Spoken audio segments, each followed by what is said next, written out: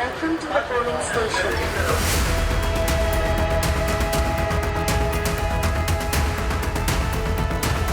PM शब्द आता है, ये अहंकारी टीएमसी को पसंद नहीं है।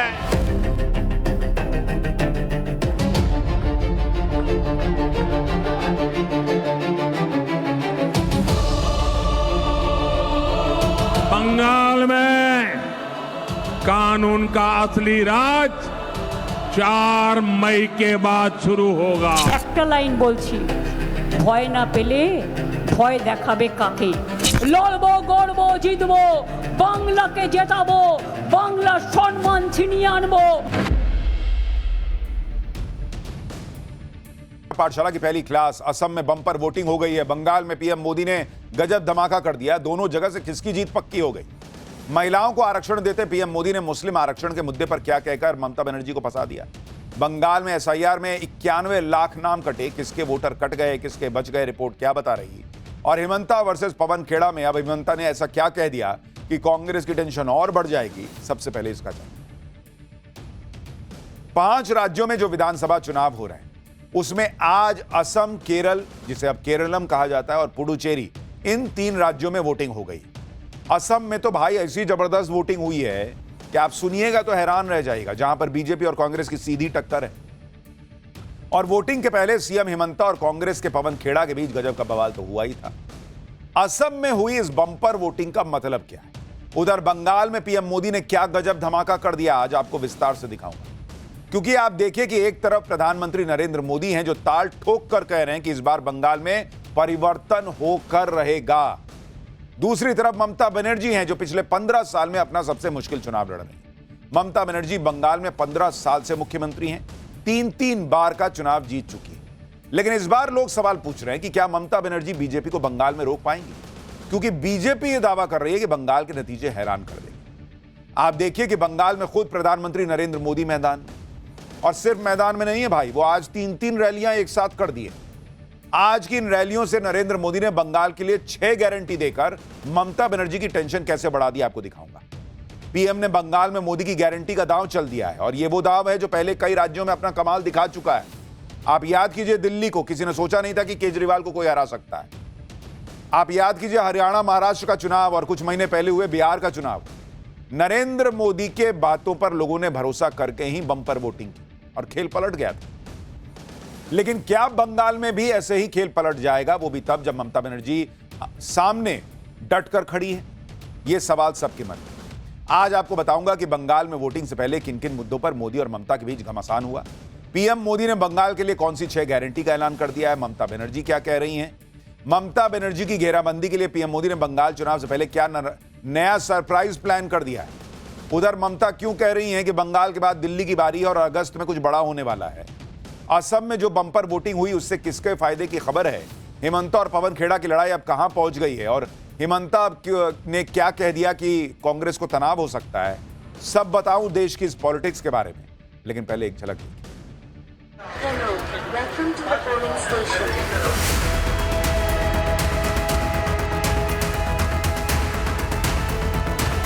पीएम शब्द आता है, ये अहंकारी टीएमसी को पसंद नहीं है।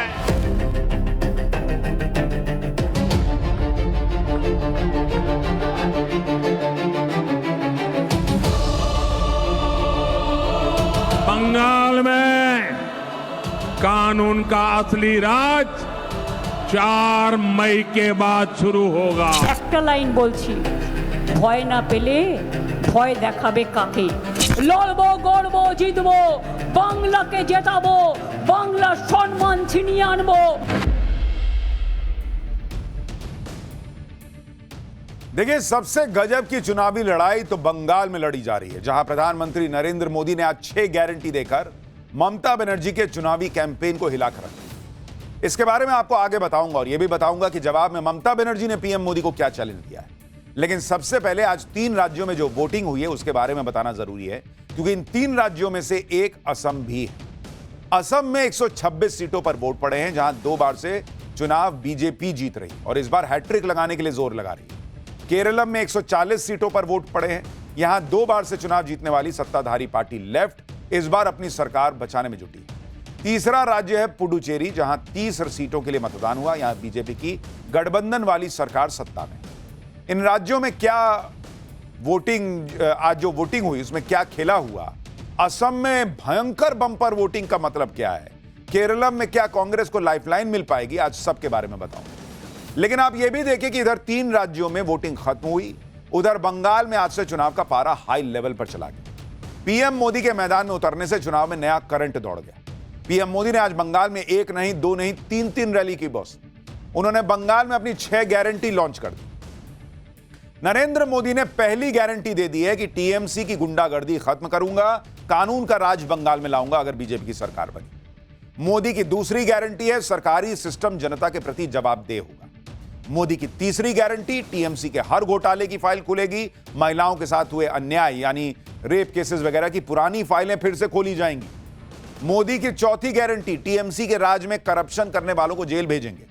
मोदी की 5वीं गारंटी, जो शरणार्थी हैं उन्हें संविधान के तहत हक, जो घुसपैठिए हैं उनको खदेड़ा जाएगा। और मोदी की 6ठी गारंटी, बंगाल में 7वां वेतन आयोग लागू होगा। यानी पीएम मोदी ने साफ चेतावनी दे दी कि बीजेपी सत्ता में आई तो हर फाइल खुलेगी। मंत्री हो, संतरी हो, सबका हिसाब होगा, पुरानी फाइलें भी खोलेंगे। सुनिए पीएम मोदी ने टीएमसी को क्या चेतावनी दी। और मैं टीएमसी को साफ कह देना चाहता हूं, बंगाल में कानून का राज स्थापित होने से अब वो रोक नहीं सकती। बंगाल में कानून का असली राज 4 मई के बाद शुरू होगा।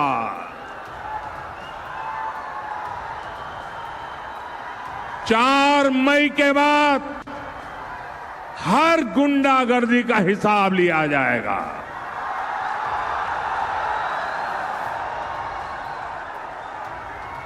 चुन चुन करके हिसाब लिया जाएगा। बंगाल में अब टीएमसी का भय नहीं, भाजपा का भरोसा चलेगा। और काटमानिर खेला चोलबे ना। पीएम मोदी खुलकर कह रहे हैं कि 4 मई को बीजेपी अगर सत्ता में आई बंगाल में तो चुन चुन के हिसाब होगा। बंगाल के चुनाव में हिंसा एक बड़ा मुद्दा होता है। आज पीएम मोदी ने उसी को लेकर टीएमसी को चेतावनी दी कि 4 मई के बाद सबकी फाइल खुलेगी बॉस। पीएम मोदी ने आज बंगाल में 3 ताबड़तोड़ रैलियां करके बंगाल चुनाव का टोन सेट कर दिया। आज उन्होंने ममता बनर्जी पर 3 बड़े आरोप भी लगाए। पहला आरोप, घुसपैठिए का कब्जा हो रहा है, घुसपैठी डेमोग्राफी बदल रही है, मंदिर जाने पूजा करने की इजाजत नहीं मिलती। दूसरा आरोप, बंगाल में हिंदू सुरक्षित नहीं है, एक समुदाय के नाम पर हिंदुओं को धमकाया जा रहा है। और तीसरा आरोप, टीएमसी अपने वोट बैंक को खुश करने के लिए धर्म के आधार पर आरक्षण देने में जुटी है। सुनिए एक बार। साथियों, एक समय था जब लाल इश्तेहार जारी करके हिंदुओं को नरसंहार की धमकी दी जाती थी। टीएमसी भी आज वही कर रही है। एक समुदाय के नाम पर फिर से हिंदुओं को धमकाया जा रहा है। साथियों, बंगाल के लोगों की एक बहुत बड़ी चिंता घुसपैठियों की है। जो लोग पीढ़ियों से अपने गांव, अपने मोहल्लों में रहते आ रहे थे, उनके देखते देखते उन पर घुसपैठियों का कब्जा हो रहा है। कुछ जगह तो डेमोग्राफी इतनी बदल गई है कि लोगों को मंदिर जाने और पूजा करने की इजाजत नहीं मिल रही। कई जगह श्रद्धालुओं के रोज मंदिर जाने पर पाबंदी लगा दी गई। केवल दुर्गा पूजा के अवसर पर ही पूजा करने दी जाती है। इधर पीएम मोदी घुसपैठियों के मुद्दे पर ममता बनर्जी को घेर रहे हैं। उधर चुनाव से पहले ममता बनर्जी एसआईआर के मुद्दे में ऐसा फंस गई कि वो चुनाव आयोग से लेकर सुप्रीम कोर्ट तक के चक्कर काट रही। वोटर लिस्ट से 90 लाख से ज्यादा नाम कटने से ममता बनर्जी टेंशन में। वो इसे बीजेपी की चाल बता रही है, फिर से सुप्रीम कोर्ट जाने की बात कह रही। ममता बनर्जी ने कहा कि बीजेपी ने सत्ता हासिल करने के लिए 90 लाख नाम कटवा दिए, लेकिन जीतेगी टीएमसी। ममता बनर्जी ने कहा कि टीएमसी इसको लेकर कोर्ट जाएगी ताकि नाम फिर से जुड़ सके। ममता बनर्जी ने कहा कि यह चुनाव लोगों के वजूद की लड़ाई है, बंगाल के अस्तित्व की लड़ाई है।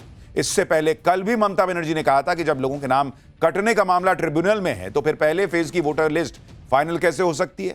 ममता बनर्जी ने कहा कि वो इसे सुप्रीम कोर्ट में चुनौती देंगी। वो कोर्ट का आदर करती हैं, लेकिन वो संतुष्ट नहीं है। ममता बनर्जी कह रही हैं कि जो हो रहा है उसे वो पचा नहीं पा रही। उनके मुताबिक उन्हें लगता है कि उन्हें फिर से वकालत शुरू करनी चाहिए, लेकिन वो सीएम है इसलिए ऐसा नहीं कर सकती। यानी इशारा साफ है, ममता बनर्जी फिर से काला कोट पहनकर सुप्रीम कोर्ट जाने वाली है। लेकिन आप यह भी देखिए कि बंगाल में चुनाव इस वक्त सिर पर है, टाइम बहुत कम बचा है। पहले चरण की वोटिंग 23 अप्रैल को है और ममता बनर्जी फिर से कानूनी लड़ाई में उलझने जा रही हैं। अब वो प्रचार करेंगी या सुप्रीम कोर्ट में बहस करेंगी। और अगर 23 को पहले चरण की वोटिंग है तो वो अगर उनके हिसाब से सारे वो नाम कटे हैं जो उनको ही वोट करने वाले थे, तो वो जुड़ेंगे कब? और उनको पता कैसे है कि वही नाम कटे हैं जो उनको वोट करने वाले थे?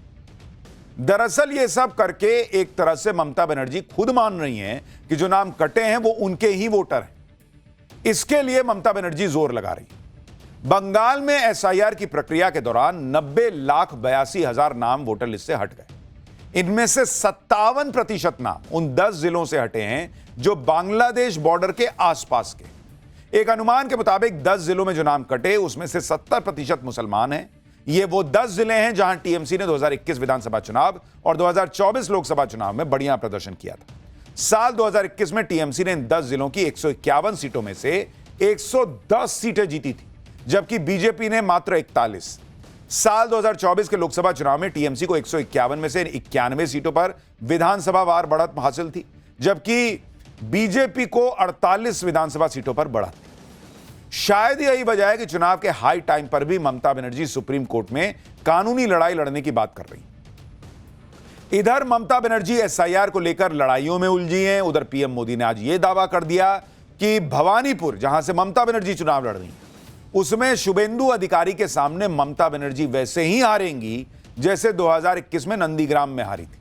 सुनिए पीएम को। जो कमाल 5 साल पहले नंदीग्राम ने किया था, इस बार वही हाल भवानीपुर में भी होने जा रहा है, पूरे बंगाल में होने जा रहा है।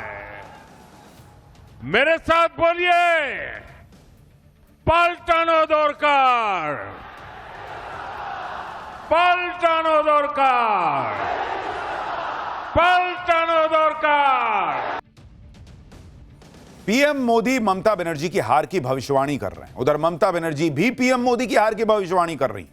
ममता बनर्जी कह रही हैं कि बंगाल को टारगेट करने की कोशिश मत करो, पहले दिल्ली संभालो, अगस्त 2026 तक इनका पतन हो जाएगा। बंगाल अपनी आजादी के लिए लड़ेगा और दिल्ली को टारगेट करेगा। अगर मुझे उकसाया गया तो मैं और भी बहुत कुछ उजागर करूंगी। औरतें जैसे पैसे बचाकर रखती हैं वैसे ही मेरे पास बहुत कुछ है। अब ममता बनर्जी क्या ऐसा राज रखे बैठी हैं जो कह रही हैं कि उजागर कर दूंगी? उनको कर देना चाहिए, लेकिन वो ये भी दावा ठोक रही हैं कि अगस्त 2026 मतलब मान के चलिए अगले 3-4 महीने में, वो कह रही हैं दिल्ली में बीजेपी की जो सरकार है, एनडीए की जो सरकार है, उसको बड़ा झटका लगेगा। ममता बनर्जी हर तरफ से इस बार घिरी हुई हैं और इसलिए उन्होंने फिर से वही मुद्दा पकड़ा है जिसे वो बार बार बीजेपी को घेरने के लिए उठाती हैं, और यह मुद्दा है बंगाल की पहचान और विरासत का। बीजेपी ममता बनर्जी पर तुष्टीकरण की राजनीति का आरोप लगाती है, एंटी हिंदू राजनीति करने का मामला उठाती है। इसकी काट में ममता बनर्जी ने आज बीजेपी पर निशाना साधते हुए कहा कि हम पर गैर पारंपरिक धार्मिक मान्यताएं थोपी जा रही हैं। बंगाल का मुख्य त्योहार दुर्गा पूजा है। मैं हिंदू मंत्र पढ़ती हूं, लेकिन ईद और क्रिसमस में भी हिस्सा लेती हूं। यही हमारी संस्कृति है। जनता को समझदारी से फैसला करना होगा। बंगाल पर कब्जा करने, भाषा को दबाने और कुछ खाने की चीजों पर रोक लगाने की कोशिश हो रही है। बंगाल में ममता बनर्जी ने मांस मछली को भी चुनावी मुद्दा बना दिया है। यह नैरेटिव गढ़ा है कि जैसे बीजेपी बिहार में मांस मछली को खुले में बिकने से रोक रही है, वही बंगाल में कर देगी। ममता बनर्जी कह रही है कि बीजेपी को वोट देने का मतलब है मांस मच्छी से हाथ गवा देना, बंगाली भाषा से दूर हो जाना। लेकिन ममता बनर्जी के इस दाव का आज काउंटर पीएम मोदी ने खुद कर दिया। हल्दिया की रैली में पीएम मोदी ने कहा कि टीएमसी अब बंगाल को मछली भी नहीं दे पा रही, यहां मछली का उत्पादन घट गया है, जबकि बिहार में मछली का उत्पादन दोगुना हुआ है क्योंकि बीजेपी ने मछुआरों के लिए बहुत काम किया है। यानी पीएम मोदी ने क्लियर मैसेज दे दिया कि बंगाल में मछली ममता बनर्जी की वजह से कम हो रही है, बीजेपी आएगी तो मछली बढ़ेगी। यानी तरह तरह के चुनावी मुद्दे उठ रहे हैं, मांस मछली सब चल रहा है भाई। बंगाल में सियासी लड़ाई के बीच पीएम मोदी ने एक और बड़ा दांव चल दिया, जिससे ममता बनर्जी ही नहीं पूरे इंडी गठबंधन में खलबली मच गई। बंगाल में वोटिंग से पहले पीएम मोदी लोकसभा चुनाव और विधानसभा चुनाव में महिलाओं को 33% आरक्षण देने का बिल ला रहे हैं। बुधवार को कैबिनेट मीटिंग में नारी शक्ति वंदन अधिनियम में संशोधन के ड्राफ्ट बिल को मंजूरी दी गई। इस प्रस्ताव के तहत लोकसभा की सीटें मौजूदा 543 से बढ़ाकर 816 की जाएंगी, जिनमें 273 सीटें महिलाओं के लिए आरक्षित होंगी। इस बिल को पारित करने के लिए मोदी सरकार ने 16 से 18 अप्रैल तक संसद का विशेष सत्र बुलाया है। संसद से मंजूरी मिलने के बाद यह कानून 31 मार्च 2029 से लागू हो जाएगा। उसी साल होने वाले लोकसभा चुनाव में पहली बार प्रभावी होगा। राज्यों की विधानसभाओं में भी इसी अनुपात में सीटों का आरक्षण होगा। पीएम मोदी ने सभी पार्टियों के सांसदों से इस बिल को लेकर समर्थन मांगा है, लेकिन इंडी गठबंधन इस बिल की टाइमिंग पर सवाल उठा रहा है। उसे इस बात से ऐतराज है कि बिल को तमिलनाडु और बंगाल के चुनाव से पहले क्यों लाया जा रहा है। क्या महिला वोटर को प्रभावित करने का प्रयास हो रहा है? इंडी गठबंधन यह जानता है कि पीएम मोदी को महिलाओं के भर भर के वोट मिलते रहे। कई राज्यों में पीएम मोदी को महिला वोटरों का जबरदस्त सपोर्ट मिला है। इसलिए इंडी गठबंधन को यह टेंशन है कि इस बिल के जरिए पीएम मोदी बंगाल चुनाव में कहीं आधी आबादी को न साध लें। और जहां तक बंगाल का सवाल है तो बीजेपी ममता के खिलाफ महिला सुरक्षा का मुद्दा पहले ही उठा रही है। इसलिए टीएमसी पीएम मोदी के नए दांव पर फायर है। इसी बीच इंडी गठबंधन में ममता बनर्जी की बड़ी हिमायती समाजवादी पार्टी ने महिला आरक्षण के मामले में मुस्लिम कार्ड खेल दिया। समाजवादी पार्टी के नेता मांग कर रहे हैं कि 33% आरक्षण के अंदर भी मुस्लिम महिलाओं को आरक्षण अलग से दो। सुनिए एक बार। उसमें दलित महिलाओं की क्या भागीदारी होगी, पिछड़े समाज की कमजोर वर्ग की महिलाओं की क्या भागीदारी होगी, मुसलमान समाज की महिलाओं की क्या भागीदारी होगी, महिलाओं की। इंडी गठबंधन धर्म के आधार पर आरक्षण मांग रहा है। उधर पीएम मोदी ने इसी के आधार पर ममता बनर्जी को यह कहकर फंसा दिया कि बंगाल में तो ममता बनर्जी धर्म के आधार पर आरक्षण देने में जुटी हुई हैं। अपने वोट बैंक को खुश करने के लिए धर्म के आधार पर आरक्षण देने में जुटी है। कोर्ट बार बार इस साजिश को खारिज करता है, लेकिन तुष्टीकरण की बीमारी ऐसी है कि ये कोर्ट तक को नहीं मानते, संविधान को नहीं मानते। ममता बनर्जी की एक और टेंशन है बंगाल के मुस्लिम वोटों में लगने वाली सेंध, क्योंकि बंगाल के ओवैसी कहे जाने वाले हुमायूं कबीर ने महीनों से माहौल बना रखा है। बंगाल के ओवैसी के साथ खुद असदुद्दीन ओवैसी बंगाल में पूरी ताकत लगा रहे हैं, और अगर मुस्लिम वोट टूटे तो ममता बनर्जी को बड़ा नुकसान होगा। इसलिए हुमायूं कबीर ओवैसी की जोड़ी की काट के लिए टीएमसी लगातार कह रही है कि हुमायूं कबीर बीजेपी की बी टीम है। लेकिन हुमायूं कबीर टीएमसी को चैलेंज कर रहे हैं कि इन आरोपों को साबित करके दिखाओ, नहीं तो 2000 करोड़ का मानहानि का केस करूंगा। बीजेपी संगे कोनो अर्थनैतिक डिलिंगसे कोनो जायगाय यदि प्रमाण दिते पारे, ममता बनर्जी, अभिषेक बनर्जी, कुणाल घोष, চ্যাং ব্যাং, ওদের যেখানে ছাগল পাগল আছে সবাইকে আমরা চ্যালেঞ্জ থাকলো, যদি পিএমওর সাথে বিজেপির কোনো নেতার সাথে, অমিত শাহর সাথে, শুভেন্দু অধিকারীদের সাথে, কারোর সাথে কোনো আমার লেনদেনের কোনো প্রমাণ করতে পারে, ওরা যা বলবে যদি না পারে ওদের বিরুদ্ধে 2000 কোটি টাকার মানহানি মামলা করবো। सबकी नजरें बंगाल पर हैं, लेकिन आज जिन 3 राज्यों में वोटिंग हुई उसकी भी बड़ी चर्चा है। आप देखिए कि असम और केरल में तो 80% से ज्यादा वोटिंग हुई। शाम 5 बजे तक असम में 84.5% के करीब वोटिंग हुई थी। केरलम में 75% वोट पड़े थे। पुडुचेरी में 86.9% यानी ऑलमोस्ट 87% वोटिंग हुई है। इन 3 राज्यों में सबसे ज्यादा असम की चर्चा हो रही है क्योंकि वहां बीजेपी के फायर ब्रांड मुख्यमंत्री हिमंता बिस्वा शर्मा है। चुनाव के दौरान हिमंता को लेकर खूब विवाद हुआ, इसलिए असम में क्या होगा ये लोग जानना चाहते हैं। असम में आज वो बंपर वोटिंग हुई तो उससे फायदा किसका होगा ये भी आपको बताता हूं। अगर असम में पिछले 3 बार के वोटिंग परसेंटेज को देखें तो 2016 में ऑलमोस्ट 84-85% की वोटिंग हुई थी, 2021 में 82.4% वोटिंग हुई थी और 2026 में शाम 5 बजे तक 84.4% वोटिंग हुई और अभी फाइनल आंकड़ा आना बचा है। यानी असम में पिछली बार से ज्यादा वोटिंग हुई है। साल 2016 में जब 80% से ज्यादा वोटिंग हुई थी तो बीजेपी की सरकार बनी थी। 21 में भी यही हुआ था। इस बार भी बंपर वोटिंग का फायदा क्या सीएम हिमंता बिस्वा शर्मा को मिलने जा रहा है, इसको लेकर लोग चर्चा कर रहे हैं। हालांकि असम में पिछले विधानसभा चुनाव में बहुत कांटे की लड़ाई हुई थी। बीजेपी की अगुवाई वाले एनडीए को 75 सीटों के साथ पूर्ण बहुमत मिला था और एनडीए का वोट शेयर ऑलमोस्ट 44-44% था।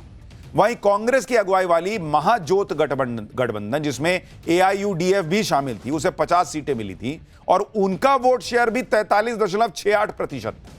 यानी सीटों के हिसाब से एनडीए और कांग्रेस गठबंधन में 25 सीट का अंतर था, लेकिन वोट शेयर का अंतर 1% से भी कम था। पार्टी के हिसाब से बात करें तो बीजेपी और कांग्रेस के बीच सीटों में डबल का अंतर था, लेकिन वोट शेयर में 2.6% का गैप था बीजेपी और कांग्रेस में। बीजेपी को 60 सीट मिली थी जबकि कांग्रेस को 29 सीट मिली थी। बीजेपी का वोट शेयर 33% था और कांग्रेस का वोट शेयर 30%, यानी मात्र 3% के वोट शेयर के अंतर से बीजेपी ऑलमोस्ट डबल सीट पर थी। इस बार कांग्रेस के लिए चुनौती यह है कि इस बार एआईयूडीएफ कांग्रेस गठबंधन से बाहर है। पिछली बार ये साथ में मिलकर लड़ी थी और 16 सीटें जीती थी। बदरुद्दीन अजमल की यह पार्टी एआईयूडीएफ के अलग होने से महाजोत गठबंधन कमजोर हुआ है कहा जा रहा है। इन्हीं वजहों से असम में जीत की उम्मीद लिए आज सीएम हिमंता बिस्वा शर्मा ने भी अपना वोट डाला और वोट डालने से पहले आज सीएम हिमंता जीत का आशीर्वाद लेने मंदिर गए। सबसे पहले उन्होंने गुवाहाटी में 51 शक्तिपीठों में से एक मां कामाख्या मंदिर में पूजा की। उनकी पत्नी उनके साथ थी। इसके बाद सीएम हिमंता अपनी पत्नी रिनिकी भुइयां के साथ गुवाहाटी के श्री डोल गोविंदा मंदिर भी गए, जहां उन्होंने विधिवत पूजा अर्चना की। सीएम हिमंता मंदिर से बाहर निकले तो मीडिया वालों से बात की। इसमें कांग्रेस और पवन खेड़ा की बात होने लगी। कांग्रेस और पवन खेड़ा को लेकर सवाल पर हिमंता ने क्या कुछ कहा, सुनिए। तब कहाँ का कांग्रेस पार्टी है, कहाँ रहता है ये पार्टी, कहाँ है ये कांग्रेस, क्या पार्टी है ये? मैं तो नाम भी नहीं सुना हूँ। क्या चीज बताइए तो थोड़ा। ठीक है, पवन खेड़ा ने बोला कि कौन सा पवन खेड़ा? वो तो भगोड़ा है। उनका रिप्लाई में क्यों देना है? असम में सीएम हिमंता जैसे धाकड़ नेता ने कांग्रेस को फंसा रखा। उधर आज केरलम में भी वोटिंग हुई, जहां कांग्रेस सत्ता में आ जाने के लिए जोर लगा रही है। केरलम में जीत के लिए राहुल गांधी और प्रियंका वाड्रा ने भी पूरी ताकत लगाई। केरलम में पिछली बार विधानसभा चुनाव में असली लड़ाई एलडीएफ यानी लेफ्ट डेमोक्रेटिक फ्रंट और कांग्रेस के यूडीएफ यानी यूनाइटेड डेमोक्रेटिक फ्रंट के बीच रही है। हर बार लगभग इन्हीं दोनों के बीच लड़ाई रहती है, एलडीएफ या फिर यूडीएफ। पिछली बार एलडीएफ को 99 सीटें मिली थी, वोट शेयर था 45.43%। यूडीएफ को 41 सीट मिली थी और उनका वोट प्रतिशत था 39.47%, जबकि एनडीए का खाता भी नहीं खुल पाया था। बावजूद इसके एनडीए का वोट शेयर ऑलमोस्ट 12.5% के आसपास था। पिछली बार केरलम के वोटरों ने करीब 55 साल का इतिहास बदल दिया था, क्योंकि केरलम में 1977 के बाद ऐसा पहली बार हुआ जब कोई गठबंधन लगातार दूसरी बार सत्ता में आया था। नहीं तो एक बार एलडीएफ एक बार यूडीएफ का हिसाब चलता था। इस बार क्या होगा? एलडीएफ फिर से इतिहास बनाएगा? क्या पहली बार कोई पार्टी 1977 के बाद हैट्रिक लगा देगी या सत्ता से बाहर हो जाएगी? ये 4 मई को पता चलेगा। लेकिन फिलहाल यह चुनावी युद्ध और तेज होता जा रहा है।